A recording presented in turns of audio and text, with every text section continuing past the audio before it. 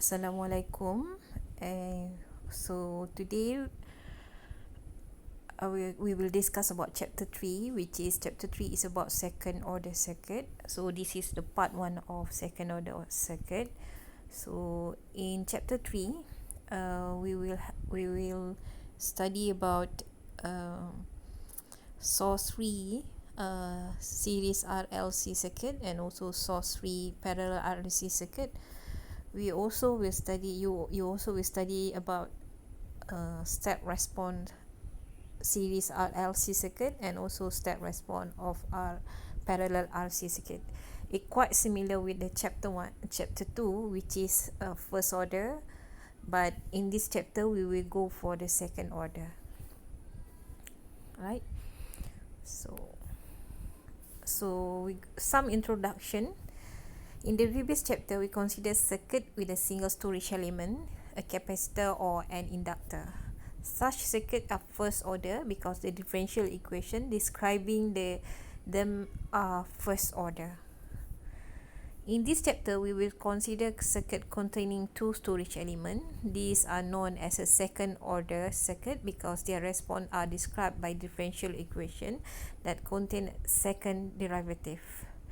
Second order circuit is characterized by a second order differential equation. It consists of resistor and the equivalent of two energy storage element. This is example for second order circuit. As you see in the figure of 1A, this circuit actually is contain resistor, inductor and also capacitor connected in series. If you see here, we have two storage element, which is inductor and also capacitor. And in figure 1B over here, so it also consists resistor, capacitor and inductor, but all these elements are connected in parallel.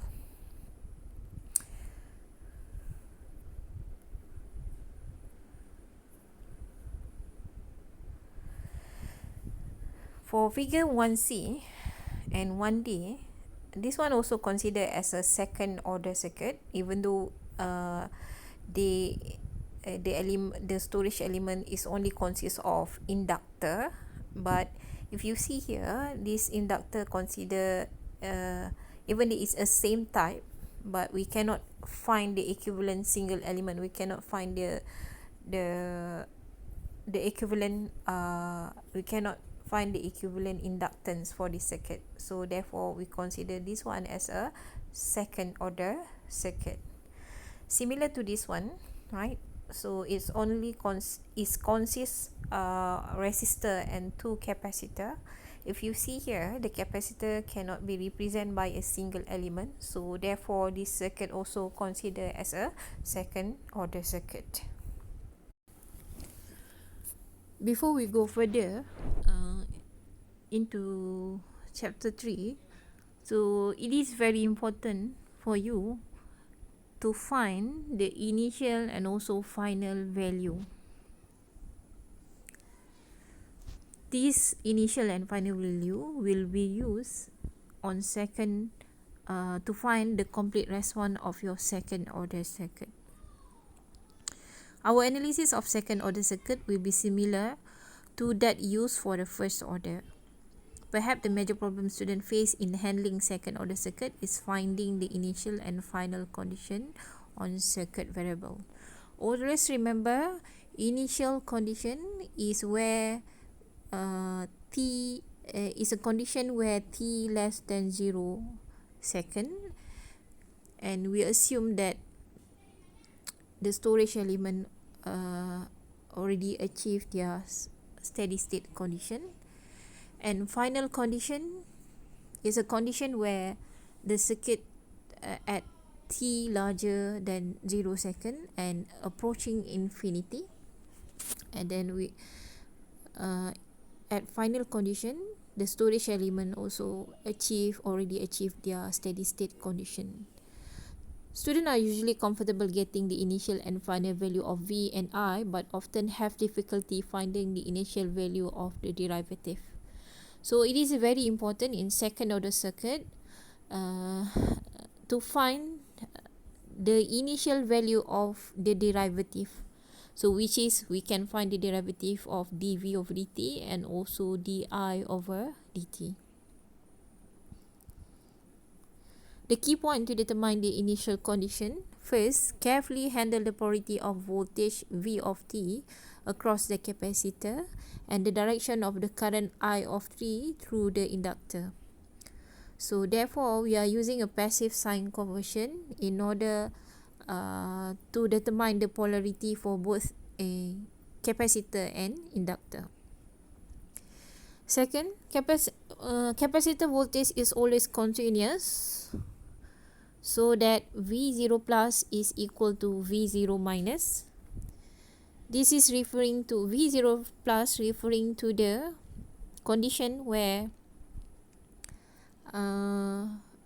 just after the switching event occur, and then V0 minus is referring to the condition where just before the switching event occur, and then therefore we can find the value of the capacitor voltage. Similar to the inductor current, the inductor current is always continuous, so therefore I0 plus equal to I0 minus. A second order differential equation is required to solve for the voltage across or the current flowing through a component. The circuit will contain at least one resistor and the equivalent of two energy storage elements, either two capacitor, two inductor, or capacitor and inductor. So boundary condition, steady state, we have a steady state condition and also during the transition at step t equal to t naught. For step response function, u of t minus t naught for all time between t equal to t or minus positive or minus infinity, except for some time period after t equal to t naught, capacitor are open and inductor are short circuit. So like I said, when we say the steady state condition, therefore we are assuming that t is either is a positive or negative infinity. Therefore your storage element already achieved their steady state condition, and then when your capacitor achieve their steady state condition, capacitor will act as an open circuit, and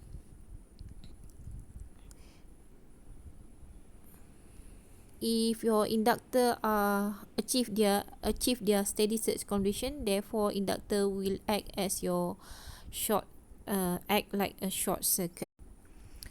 During the transition at step t equal to t naught, always remember voltage across a capacitor is continuous, and then current through an inductor also is continuous. So this is what we call it as a boundary condition, right? So voltage across a capacitor cannot change instantaneously, similar to the current through inductor cannot change since instantaneously. Therefore VC t naught plus is always equal to VC t naught minus, and also IL T0 plus is equal to IL T0 minus. It is very important for you always remember to redraw the circuit when we do the analysis. Let's say in order to find the initial condition, always remember initial condition happen when t less than t naught or t less than 0 second, we can say that. So we need to determine the value of all voltage and current source at t less than t naught. Make the appropriate substitution for the energy storage element. Usually we substitute capacitor with open circuit. So always remember, when open circuit, the value of resistance at capacitor is infinity ohm, so therefore definitely current cannot flow. And then we substitute a short circuit for all inductor.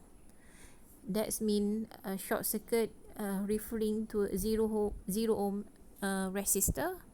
So when there is no resistor, of course there is no voltage drop.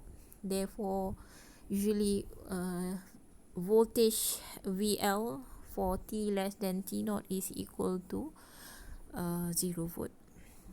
And then if we already substitute all the inductor and the capacitor with appropriate substitution, so we can calculate the value of VC for T less than T naught, and also IL T minus IL for T less than T naught. And final condition, in order to find a final condition, so similar, we need to redraw the circuit for T equal to infinity second and determine the value of all voltage and current source at T equal to infinity second. Okay, make the appropriate substitution for the energy storage device, similar to the previous step, which is we assuming that a capacitor and inductor already achieve their steady state condition. Therefore, capacitor will be open circuit and then inductor will be short circuit. And then we can calculate the VC for T equal to infinity, and also we can calculate the value of current inductor when your T is equal to infinity.